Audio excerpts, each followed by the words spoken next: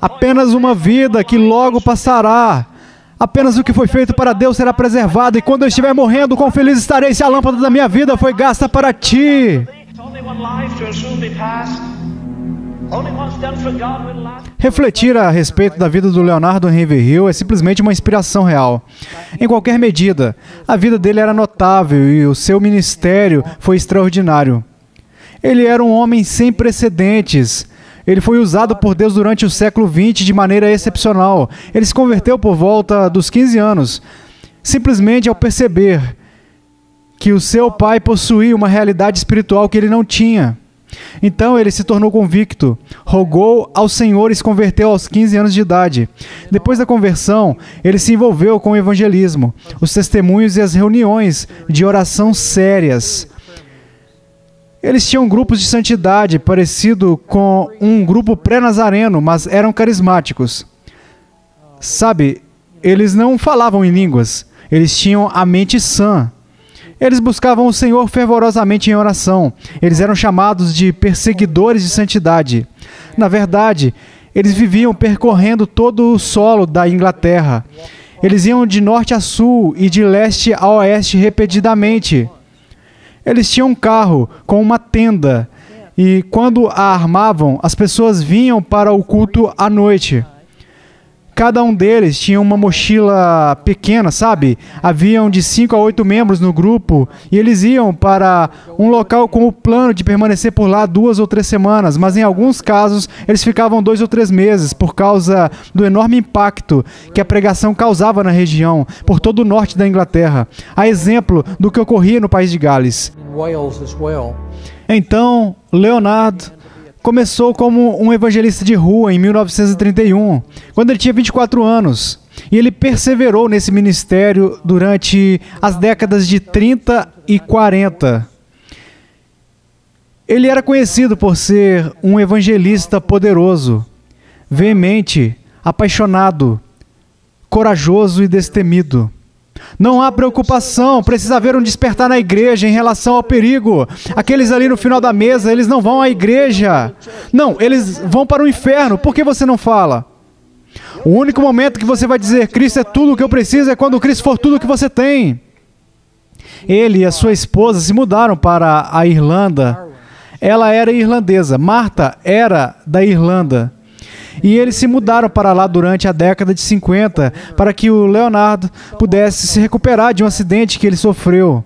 Ele teve que pular de um hotel em chamas e sofreu 7 lesões perigosas em seu corpo, nas costas, na bacia e nas pernas. A recuperação dele demorou 2 ou 3 anos. E o médico disse, você não vai. Ele disse, daqui a 11 anos você estará aleijado, será paralítico. Suas costas estão lesionadas, os seus pés e as suas pernas estão quebrados. Você será um inútil. Bem, talvez eu seja inútil, mas eu ainda estou aguentando. Ele contemplou avivamentos locais genuínos que ocorreram quando ele pregava na Inglaterra e no país de Gales. Muitas pessoas se tornaram convictas e as reuniões eram prorrogadas, em alguns casos, durante 3 meses. Eles ficavam em um local durante 3 meses e contemplavam centenas de conversões genuínas. Igrejas inteiras nasceram daqueles movimentos. Então, o que aconteceu foi um trabalho autêntico de Deus. A única coisa que me conduzirá à vitória continuamente, por intermédio do sangue de Cristo, é a minha devoção pessoal a Ele, ao Filho de Deus. A minha adoração, o meu tributo diário, vai além de dar o meu dinheiro. Que eu o ame, o adore, o magnifique, que eu me lance aos seus pés. Quando eu leio Hebreus, caio de joelhos, porque ninguém em Hebreus tinha uma Bíblia. Há um versículo lá que eu fico perplexo, diz o seguinte: os quais, por meio da fé, subjugaram reinos, praticaram justiça, obtiveram a promessa, fecharam a boca de leões. Então, outro versículo diz, não aceitando o seu resgate. O que significa? Eu prefiro morrer do que envergonhar a Cristo. Antes mesmo de uma vida de leitura bíblica, ele desenvolveu a sua vida de oração. Então ele passava literalmente horas diariamente em oração secreta, ou orando com outros homens. E, sabe, a vida que ele viveu foi simplesmente uma vida fenomenal. Eu já disse muitas vezes, e irei repetir nesta manhã, que nenhum homem é maior do que a sua vida de oração. A vida de um homem, todo o seu ministério é exposto. Você entende a diferença entre o ouro, a prata, as pedras preciosas, a madeira, o feno e a palha. A madeira, o feno e a palha estão acima do solo. Eles se destacam diante dos nossos olhos. O ouro, a prata e as pedras preciosas estão debaixo do solo. Ninguém enxerga eles. Há muitos ministérios públicos que naquele dia irá se dissolver em cinzas, meus irmãos. É ao Senhor que devemos buscar, mas nós não estamos buscando a Ele. Nós estamos buscando avivamento, curas e milagres. Não é isso que nós precisamos. Se alcançarmos a Deus, alcançaremos tudo o que nós precisamos. E o avivamento acontece quando Deus vem até nós. Finalmente, em 1958, mais portas se abriram para ele na América do que no Reino Unido. Então, Marta, ele e os filhos se mudaram para a América. Durante o verão de 1958, eles se mudaram para Minneapolis. O poder da pregação dele, a unção do Espírito Santo estava sobre ele. E a mensagem perfurava, era emocionante. Como a A.W. Tozer disse, você não pode ser neutro em relação ao Leonardo Henry Hill. Você o odiará ou você o amará. Por causa da pregação dele, que mexia com a consciência e feria o coração. Isso exigia uma decisão. Era pesado demais para lidar. E ele não apenas repassava informações. Havia uma pregação profética e poderosa para a consciência, onde a presença de Deus te atingia quando você o ouvia pregar. Porque se há algo a respeito do amor, se há algo sobre ele, é a obediência.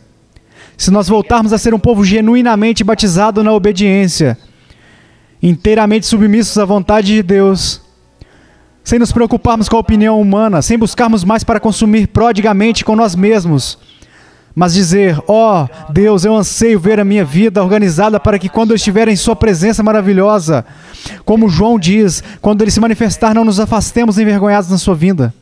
Ele era conhecido por suas declarações únicas e farpadas, que eram como flechas de fogo.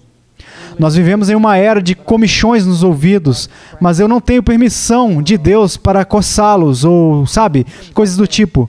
Então, ele ansiava atingir as pessoas com a verdade, para dar uma chacoalhada e impactá-las com a intenção de acordá-las e despertá-las.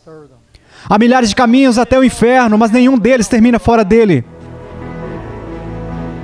Se eles continuam cantando no céu, digno é o Cordeiro, no inferno, a única coisa que cantam é, passou a cega, findou o verão e nós não estamos salvos.